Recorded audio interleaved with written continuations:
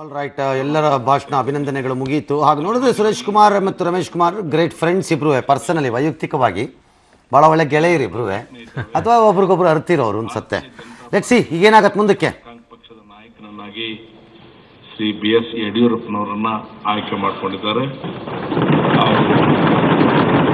ವಿರೋಧ ಪಕ್ಷದ ನಾಯಕರಾಗಿ ಈ ಸದನದ ಮಾನ್ಯತೆಯನ್ನು ಪಡೆದುಕೊಳ್ತಾ ಇದ್ದಾರೆ. ಅದೇ ರೀತಿ ಶ್ರೀ ಗೋವಿಂದ ಕಾರಜೋಳ್ ಭಾರತೀಯ ಜನತಾ ಪಕ್ಷದ ಶಾಸಕಾಂಗ ಪಕ್ಷದ ಉಪನಾಯಕರಾಗಿ, ಅಂದರೆ ಪ್ರತಿಪಕ್ಷದ ಉಪನಾಯಕರಾಗಿ ಮಾನ್ಯತೆ ಪಡ್ಕೊಳ್ತಿದ್ದಾರೆ.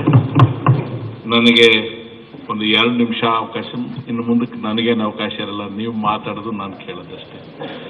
ಮಾನ್ಯ ಸಭಾನಾಯಕರು, ಪ್ರತಿಪಕ್ಷದ ನಾಯಕರು, ಉಪಮುಖ್ಯಮಂತ್ರಿಗಳು, ನನ್ನ ನಾಯಕರು ಮತ್ತು ಮಾಜಿ ಮುಖ್ಯಮಂತ್ರಿಗಳು ಶ್ರೀ ಸಿದ್ದರಾಮಯ್ಯನವರು, ಗೋವಿಂದ ಕಾರಜೋಳ್ರವರು, ರಾಜೀವ್ ಅವರು, ಶಿವಕುಮಾರ್, ಕೃಷ್ಣ ಬೈರೇಗೌಡ ಎಲ್ಲರೂ ತಾವು ಮಾತಾಡಿ ತಮ್ಮ ಮನಸ್ಸಿನ ಅಂತರಾಳದಲ್ಲಿರ್ತಕ್ಕಂಥ ಭಾವನೆಗಳನ್ನು ವ್ಯಕ್ತಪಡಿಸಿದ್ದೀರಿ. ನಿಮ್ಮ ಸದಭಿಪ್ರಾಯಕ್ಕೆ ಎಷ್ಟು ಮಟ್ಟಿಗೆ ನಾನು ಅರ್ಹ ನನಗೆ ಗೊತ್ತಿಲ್ಲ, ಆದರೆ ನೀವು ನನ್ನಲ್ಲಿ ಇಟ್ಟಿರ್ತಕ್ಕಂಥ ವಿಶ್ವಾಸವನ್ನು ಉಳಿಸ್ಕೊಳ್ಳಿಕ್ಕೆ ನಾನು ಪ್ರಯತ್ನ ಮಾಡ್ತೇನೆ ಅಂತಕ್ಕಂಥ ಮಾತನ್ನು ಹೇಳಿ, ಹೊಸ ಸದಸ್ಯರಿಗೆ ವಿಶೇಷವಾಗಿ ನಾನು ಈ 2 ಮಾತುಗಳನ್ನು ಕೇಳಬೇಕು ಅಂತ ವಿನಂತಿ ಮಾಡಿಕೊಳ್ತೇನೆ. ಪಾರ್ಲಿಮೆಂಟರಿ ಪ್ರಜಾಪ್ರಭುತ್ವದಲ್ಲಿ ಶಾಸನ ಸಭೆ ಅತ್ಯಂತ ಪವಿತ್ರವಾದ ಪ್ರಮುಖವಾದಂತಹ ಅಂಗ. ರಾಜ್ಯದ ಎಲ್ಲ ಜನರು ಬಂದು ಇಲ್ಲಿ ನಿಂತು ತಮ್ಮ ಗೋಳನ್ನು ಹೇಳ್ಕೊಳ್ಳಿಕ್ಕಾಗೋದಿಲ್ಲ. ಅದಕ್ಕೆ ಸಂವಿಧಾನದ ಚೌಕಟ್ಟಿನಲ್ಲಿ ಚುನಾವಣಾ ಆಯೋಗದ ಮುಖೇನ ಇಡೀ ರಾಜ್ಯವನ್ನು ಭೌಗೋಳಿಕವಾಗಿ 224 ಕ್ಷೇತ್ರಗಳಾಗಿ ವಿಂಗಡಣೆ ಮಾಡಿ ತಮ್ಮನ್ನೆಲ್ಲ ಈ ಸದನಕ್ಕೆ ಆಯ್ಕೆಯಾಗೋದಕ್ಕೆ ಅವಕಾಶ ಮಾಡಿಕೊಟ್ಟಿದ್ದಾರೆ. ಯಾವ ಜನರ ಪ್ರತಿನಿಧಿಗಳಾಗಿ ನೀವು ಇಲ್ಲಿ ಬರ್ತೀರಿ, ಆ ಶಾಸನದ ಹೆಸರು ಜನಪ್ರತಿನಿಧಿ ಕಾಯ್ದೆ, ರೆಪ್ರೆಸೆಂಟೇಷನ್ ಆಫ್ ಪೀಪಲ್ಸ್ ಆಕ್ಟ್. ಇದು ಸದಾಕಾಲ ನಿಮ್ಮ ಮನಸ್ಸಿನಲ್ಲಿರಬೇಕು. ನೀವು ಜನರನ್ನು ಪ್ರತಿನಿಧಿಸಬೇಕೇ ಹೊರತು ಯಾವುದೇ ವಿಚಾರಗಳನ್ನು ಪ್ರತಿನಿಧಿಸುವ ಆಲೋಚನೆಗಳು ನಿಮ್ಮ ಮನಸ್ಸುಗಳಲ್ಲಿ ಬರಬಾರದು. ಈ ಪ್ರಜಾಪ್ರಭುತ್ವ ವ್ಯವಸ್ಥೆ ಬರಲಿಕ್ಕೆ ಒಂದು ಇತಿಹಾಸ ಇದೆ.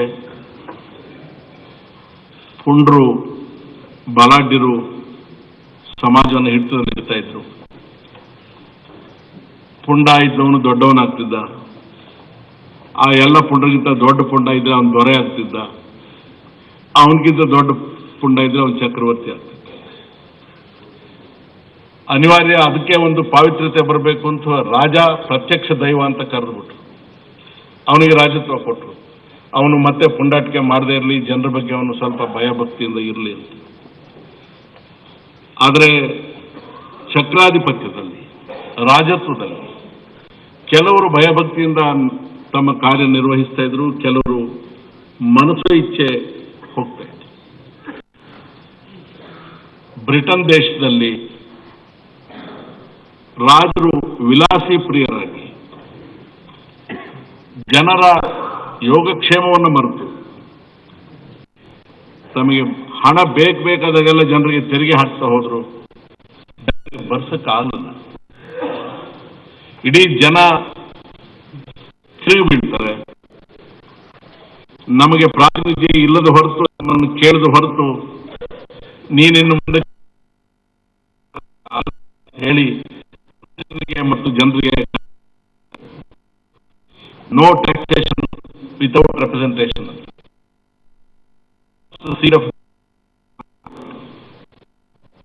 ಅಲ್ಲಿಂದ ಅನೇಕ ದಾಟುತ್ತೆ. 1600 ಜನವರಿ ಹಾಲ್ನಲ್ಲಿ ತೆಗೆದು ಬಿಡ್ತಾರೆ king. And you know king ಅಂತ ಹೇಳಿ ಬೇರೆ ಬೇರೆ ಹಂತ ಈ ಪ್ರಜಾಪ್ರಭುತ್ವ ನಮ್ಮಲ್ಲಿಗೆ ಈ ಸ್ಟೇಜಿಗೆ ಬಂದಿದೆ. ಮಾನ್ಯ ಸಭಾನಾಯಕರು ಹೇಳಿದಂತೆ ಭಾರತ ದೇಶಕ್ಕೆ ಸ್ವಾತಂತ್ರ್ಯ ಬಂದದ್ದನ್ನ 1947ರಲ್ಲಾದರೆ 1907ನೇ ಇಸ್ವಿಯಲ್ಲಿ ನಮಗೆ we had the Mysuru legislative council, ನಮ್ಮ ಪ್ರಜಾಪ್ರತಿನಿಧಿ ಸಂಸ್ಥೆ 1907ರಲ್ಲಿ ಸ್ಥಾಪನೆ.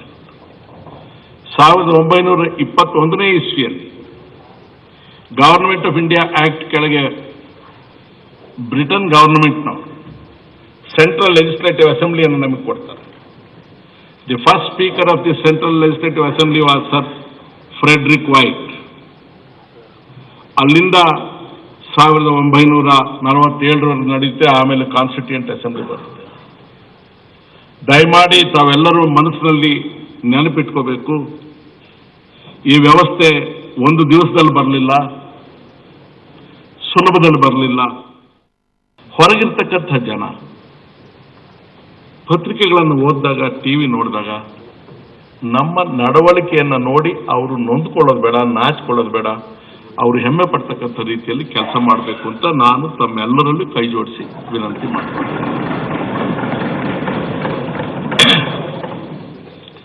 94ನೇ ಇಸ್ವಿಯಲ್ಲಿ ಯಡಿಯೂರಪ್ಪನವರು ಪ್ರತಿಪಕ್ಷದ ನಾಯಕರು, ಮಲ್ಲಿಕಾರ್ಜುನ್ ಖರ್ಗೆ ಅವರು ಶಾಸಕಾಂಗ ಪಕ್ಷದ ನಾಯಕರು, ಕಾಂಗ್ರೆಸ್ ಶಾಸಕಾಂಗ ಪಕ್ಷದ ನಾಯಕರು. ಬಹುಶಃ ಶಾಸಕಾಂಗ ಪಕ್ಷದ ನಾಯಕರಾಗಲ್ಲ, ಒಬ್ಬ ಶಾಸಕನಾಗಿ ಶಿಸ್ತನ್ನ ಖರ್ಗೆ ಅವರನ್ನ ನೋಡಿ ಬರ್ತಾರೆ. ಗಂಟೆಗಳಿಗಟ್ಟಲೆ ಅವರು ಮೇಲೆ ಹೇಳ್ತಿರ್ಲಿಲ್ಲ. ನಂತರ ಅವರು ಪ್ರತಿಪಕ್ಷದ ನಾಯಕರು. ಆ ಶ್ರದ್ಧೆ ಇರಬೇಕಾಗುತ್ತೆ. ಕೋರಂ ಬೆಲ್ ಹಾಕಿ ಸಭಾಧ್ಯಕ್ಷರು ಮೆಂಬರ್ಸ್ ಬರಲಿಲ್ವಲ್ಲ ಅಂತಕ್ಕಂಥ ಸ್ಥಿತಿಯನ್ನ ಸಭೆಗೆ ತರಬೇಡಿ. ನನಗೇನು ಅದರಿಂದ ನಷ್ಟ ಆಗೋದಿಲ್ಲ, ಆದರೆ ನಮ್ಮನ್ನೆಲ್ಲ ಕಳಿಸಿದ ಜನರ ಸ್ವಾಭಿಮಾನಕ್ಕೆ ನಾವೆಲ್ಲರೂ ತೊಂದರೆ ಮಾಡಿದಂತಾಗುತ್ತೆ. ಅಂತಹ ಅಪಚಾರಕ್ಕೆ ನಾವು ಯಾರೂ ಕೂಡ ಭಾಗಿಗಳಾಗಬಾರದು ಅಂತ ಅತ್ಯಂತ ನಮ್ರತೆಯಿಂದ, ಕಳಕಳಿಯಿಂದ ನಾನು ತಮ್ಮೆಲ್ಲರಲ್ಲಿ ವಿನಂತಿ ಮಾಡಿಕೊಳ್ತೇನೆ. ಮಾತುಗಳು ಮೊನಚಾಗಿರು, ಅರ್ಥಗರ್ಭಿತವಾಗೂ ಇರಬೇಕು. ಬ್ರಿಟನ್ ದೇಶದ ಹೌಸ್ ಆಫ್ ಕಾಮನ್ಸ್ ಅಲ್ಲಿ ಬೆಂಜಮಿನ್ ಡಿಸ್ರೇಲಿ ಅವರು ಪ್ರತಿಪಕ್ಷದಲ್ಲಿ, ಗ್ಲಾಡ್ಸ್ಟೋನ್ ಅವರು ಪ್ರಧಾನಮಂತ್ರಿ ಆಗಿರ್ತಾರೆ. ಗ್ಲಾಡ್ಸ್ಟೋನ್ ಅವರು ಪ್ರಧಾನಮಂತ್ರಿ, ಅವರು ಪ್ರತಿಪಕ್ಷದ ನಾಯಕರಿಗೆ ಕೇಳ್ತಾರೆ, what is the difference between misfortune and calamity, ದುರಾದೃಷ್ಟ ಮತ್ತು ದುರಂತ, ಇವೆರಡರ ಮಧ್ಯೆ ವ್ಯತ್ಯಾಸ ಏನು ಅಂತ ಪ್ರಧಾನಮಂತ್ರಿಗಳು ಪ್ರತಿಪಕ್ಷದ ನಾಯಕರಿಗೆ ಕೇಳ್ತಾರೆ. ಬೆಂಜಮಿನ್ ಡಿಸ್ರೇಲಿ ಅವರು ಉತ್ತರ ಏನು ಹೇಳ್ತಾರೆ ಗೊತ್ತಾ? ಒಂದು ವೇಳೆ ಬ್ರಿಟನ್ ದೇಶದ ಪ್ರಧಾನಮಂತ್ರಿ ಥೇಮ್ಸ್ ನದಿಯಲ್ಲಿ ಮುಳುಗೋದಂದ್ರೆ ಅದು ದುರಾದೃಷ್ಟ ಅಂತ ಹೇಳ್ತೇನೆ. ಮತ್ತಾರಾದ್ರೂ ಬಂದಾತ ಬದುಕು ಉಳಿದ ಅಂತ ಹೇಳಿದ್ರೆ ಅದು ಈ ದೇಶದ ದುರಂತ ಅಂತ ಹೇಳ್ತೀನಿ. ಅಂದ್ರೆ ಯಾಕೆ ನಾನು ತಮಗೆ ಈ ಘಟನೆಯನ್ನು ನೆನಪು ಮಾಡ್ತಾ ಇದ್ದೀನಿ ಅಂದ್ರೆ, ನಿಮ್ಮ ಎಲ್ಲ ಸಿಟ್ಟನ್ನ, ನಿಮ್ಮ ಎಲ್ಲ ಅಸಮಾಧಾನವನ್ನು ಅತ್ಯಂತ ಗೌರವಯುತವಾಗಿ ತಿಳಿಸ್ತಕ್ಕಂಥ ವಿಧಾನ ಇದೆ. ನಾವು ಮನುಷ್ಯರಾಗಿದ್ದೇವೆ, ಪ್ರಾಣಿಗಳಾಗಿ. ನಮ್ದೊಂದು ನಾಗರಿಕ ಸಮಾಜ. ಭಾಷೆಯನ್ನು ಅತ್ಯಂತ ಪರಿಣಾಮಕಾರಿಯಾಗಿ ಬಳಸಬೇಕು. ಅನೇಕ ವರ್ಷಗಳ ಇತಿಹಾಸ ಆದಮೇಲೆ ಮನುಷ್ಯನಿಗೆ ಭಾಷೆ ಸಿಕ್ಕಿದೆ. ಇಂತಹ ಚಂದ ಭಾಷೆಯನ್ನು ನಾವು ವಿಕೃತಗೊಳಿಸಬಾರ್ದು ಅಂತಕ್ಕಂಥ ಮಾತನ್ನು ಹೇಳ್ತೇನೆ.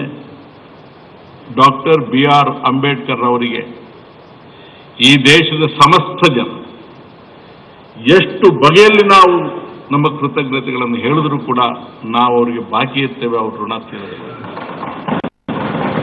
ಬ್ರಿಟಿಷ್ನ ವಸಾಹತುಗಳಾಗಿದ್ದ ಯಾವುದೇ ದೇಶದಲ್ಲಿ ಇವತ್ತು ಪ್ರಜಾಪ್ರಭುತ್ವ ಕೆಲಸ ಮಾಡ್ತಾ ಇಲ್ಲ.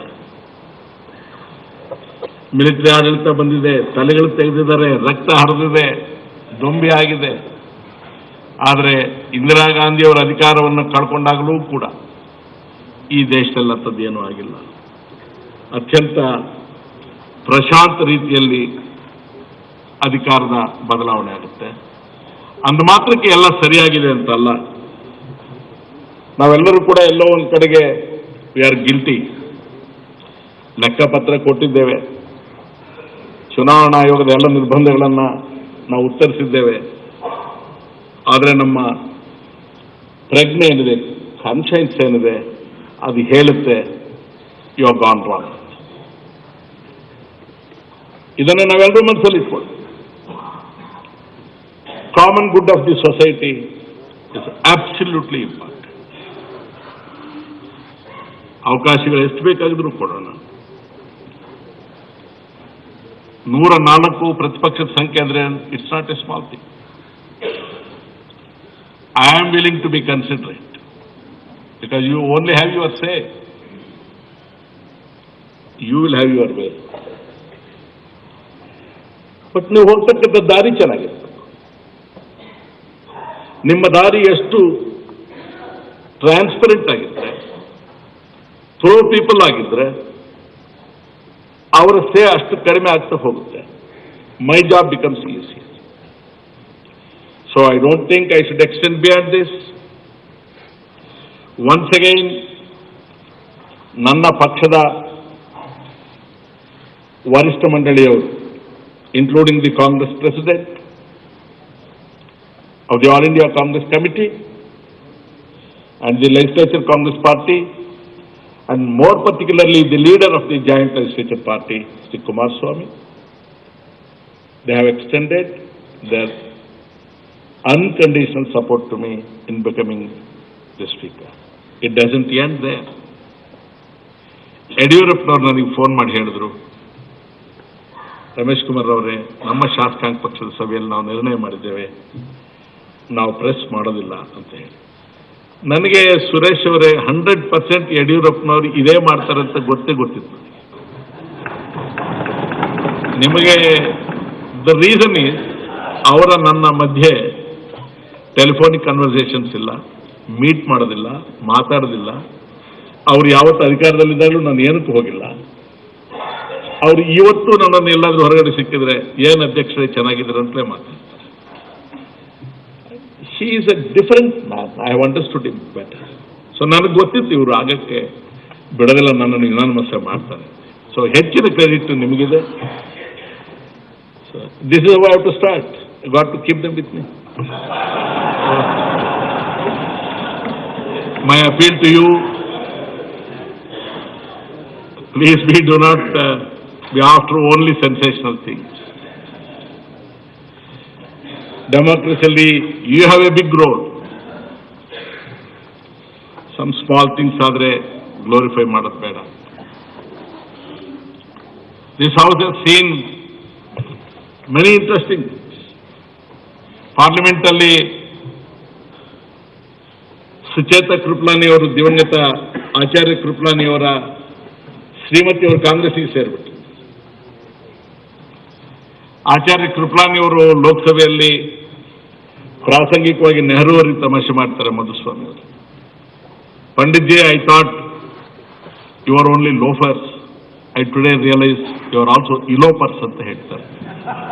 ಅಂದ್ರೆ ಬೇರೆಯವರ ಹೆಣ್ಮಕ್ಳನ್ನು ಕರ್ಕೊಂಡು ಹೋಗ್ಬಿಟ್ರಲ್ಲ ನೀವು. ಪಂಡಿತ್ ನೆಹರು ಅವರು ಅದಕ್ಕೆ ಉತ್ತರ ಹೇಳ್ತಾರೆ, Acharyaji, it all depends on potency ಅಂತ ಹೇಳ್ತಾರೆ. Look at the greatness of those people. So ಈ ಪಾರ್ಲಿಮೆಂಟರಿ ಡೆಮಾಕ್ರಸಿಯ ಹಿಸ್ಟ್ರಿಯನ್ನು, ಸಾರ್ವಭೌಮತೆಯನ್ನು, ಇದರ ವೈಭವವನ್ನು ಎತ್ತಿ ಹಿಡಿಯತಕ್ಕಂಥ ಜವಾಬ್ದಾರಿ ತಮ್ಮೆಲ್ಲರ ಮೇಲಿರುತ್ತೆ. ನನ್ನ ತಲೆ ಮೇಲೆ ಒಂದು ತಕ್ಕಡಿ ಇದೆ. ನಾನು ಇಲ್ಲಿಯವರೆಗೆ ಬೆಳೆದು ಬರೋದಕ್ಕೆ ನನ್ನ ಮತಕ್ಷೇತ್ರದ ಜನ 10 ಚುನಾವಣೆಗೆ ನಾನು ಸ್ಪರ್ಧಿಸಿದ್ದೇನೆ, 4ರಲ್ಲಿ ಸೋತಿದ್ದೇನೆ, 6 ಸಲ ನನ್ನ ಗೆಲ್ಲಿಸಿದ್ದಾರೆ. ನಾನು ನನ್ನ ಜೀವನ ಪರ್ಯಂತ ಅವರ ಸಹಕಾರವನ್ನು ಎಂದೂ ಮರೆಯೋದಿಲ್ಲ. ವೈಯಕ್ತಿಕ ಜೀವನದಲ್ಲಿ ಹೈಸ್ಕೂಲಿಗೆ ಓದೋದಕ್ಕೆ ಅಂತ ನನ್ನ ದೊಡ್ಡಣ್ಣ ನನಗೆ ಬೆಂಗಳೂರಿಗೆ ಕರ್ಕೊಂಡು ಬಂದರು. ಅವರು ಆಗ್ತಾನೆ ವೃತ್ತಿಯನ್ನು ಪ್ರಾರಂಭ ಮಾಡಿದರು. ದೊಡ್ಡ ಕುಟುಂಬ, ನಾವೆಲ್ಲ ಅಣ್ಣ ತಮ್ಮಂದ್ರು ಬಹಳ ಜನ ಅವ್ರ ಮೇಲೆ ಡಿಪೆಂಡ್ ಆಗಿತ್ತು. ನನಗೆ ಬೆಂಗಳೂರಿಗೆ ಬಂದಾಗ ಚಪ್ಪಲಿ ಹಾಕೊಂಡು ನಡೆಯಕ್ಕೆ ಬರ್ತಾ ಇರಲಿಲ್ಲ, ಇಂಗ್ಲಿಷ್ ಬರ್ತಾ ಇರಲಿಲ್ಲ. ಒಂದು ಪಾಕೆಟ್ ಡಿಕ್ಷನರಿ 3 ರೂಪಾಯಿ ತಕ್ಕೊಟ್ಟು ದಿವಸ 5 ಇಂಗ್ಲೀಷ್ ಪದ ಕಲ್ತ್ಕೋಬೇಕಪ್ಪ ನೀನು ಅಂತ ಹೇಳಿ ನನಗೆ ಇಂಗ್ಲೀಷ್ ಕಲಿಸಿದ್ರು. ದ ಫ್ಯಾಮಿಲಿ ಹ್ಯಾಸ್ ಅಂಡರ್ಗಾನ್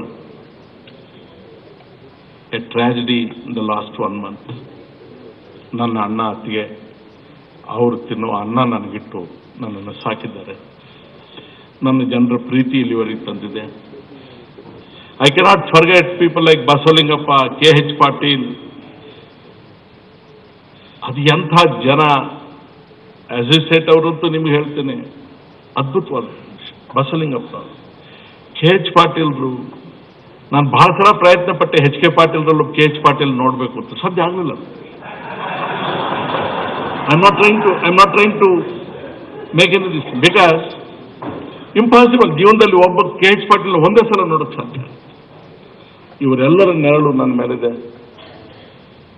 ದೇವೇಗೌಡರು ಪಾರ್ಲಿಮೆಂಟ್ರಿ ಎಟಿಕ್ವೆಟ್ ಮೇಂಟೈನ್ ಮಾಡೋದ್ರಲ್ಲಿ one of the best persons. ಒಂದು ದಿವಸ ಕೂಡ ಅವರು ಅಸೆಂಬ್ಲಿ ಪ್ರಾರಂಭ ಆಗೋ ಮೊದಲು ಬಂದು ನನ್ನನ್ನು ಕಾಣದೆ ಅವರು ಅಸೆಂಬ್ಲಿಗೆ ಬರ್ತಿರ್ಲಿಲ್ಲ. ಆ ದಿವಸದ ಕಲಾಪ ಆದ್ಮೇಲೆ ಬಂದು ಥ್ಯಾಂಕ್ಸ್ ಹೇಳಿ ಕಾಫಿ ಕುಡಿದ್ರು. ಅಂದರೆ ನೀವು ಹಾಗೆ ಮಾಡಿ ಅಂತ ನಾನು ಹೇಳ್ತಾ ಇಲ್ಲ. ಜಗದೀಶ್ ಶೆಟ್ಟರ್ ಮೆಂಬರ್, ಮಂತ್ರಿ ಆದರು, ವಿರೋಧ ಪಕ್ಷದ ನಾಯಕರಾದರು, ಸ್ಪೀಕರ್ ಆದರು, ಮುಖ್ಯಮಂತ್ರಿನೂ ಆದರು.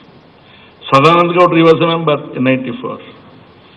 ಸೊ ಇವರು ಜೂನಿಯರ್ಸ್ ಆದರೂ ಕೂಡ ಎಲ್ಲ ಪ್ರಮೋಷನ್ಸ್ ಬೇಗ ತಗೊಂಡ್ರು.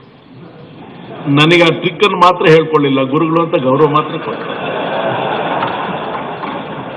ನಾನೇನು ಹೇಳ್ತೀನಿ, ನನಗೆ ಬೇಡ, ನಂದಾಯ್ತು. ಬೇರೆಯವ್ರಿಗಾದ್ರೂ ಸ್ವಲ್ಪ please try to teach this. So I will conclude my speech. ಸ್ವಲ್ಪ ಟೈಮ್ ತೆಗೆದುಕೊಂಡಿದ್ದೇನೆ. I am thankful to the whole house. ನಿಮ್ಮ ಇಡೀ ಸದನದ ವಿಶ್ವಾಸವನ್ನು ನನ್ನ ಜೊತೆಗೆ ತೆಗೆದುಕೊಂಡು ಸಂವಿಧಾನಕ್ಕೆ ಅಪಚಾರ ಮಾಡದಂತೆ, ನ್ಯಾಯಿಕ ಪ್ರಜ್ಞೆಗೆ ಯಾವುದೂ ಅಪಚಾರ ಮಾಡದಂತೆ, ನಮ್ಮ ಇತಿಮಿತಿಯನ್ನ ಗಮನದಲ್ಲಿಟ್ಟುಕೊಂಡು ಜನರ ಆದೇಶ ಏನಿದೆ ಅದನ್ನು ಗೌರವಿಸುತ್ತಾ ಈ ಸದನದ ಕಲಾಪಗಳನ್ನು ಜವಾಬ್ದಾರಿಯಿಂದ ನಡೆಸಿಕೊಂಡು ಹೋಗ್ತೇನೆ ಅಂತಕ್ಕಂಥ ಆಶ್ವಾಸನೆಯನ್ನು ತಮಗೆ ಕೊಡ್ತಾ ಇದ್ದೇನೆ. ನಾವು I will move on to the business. ಮಾನ್ಯ ಸಭಾನಾಯಕರು ವಿಶ್ವಾಸ ಮತ ಯಾಚನೆಯ ಪ್ರಸ್ತಾವನೆಯನ್ನು ಮಂಡಿಸಬೇಕೆಂದು ಸೂಚಿಸುತ್ತೇನೆ.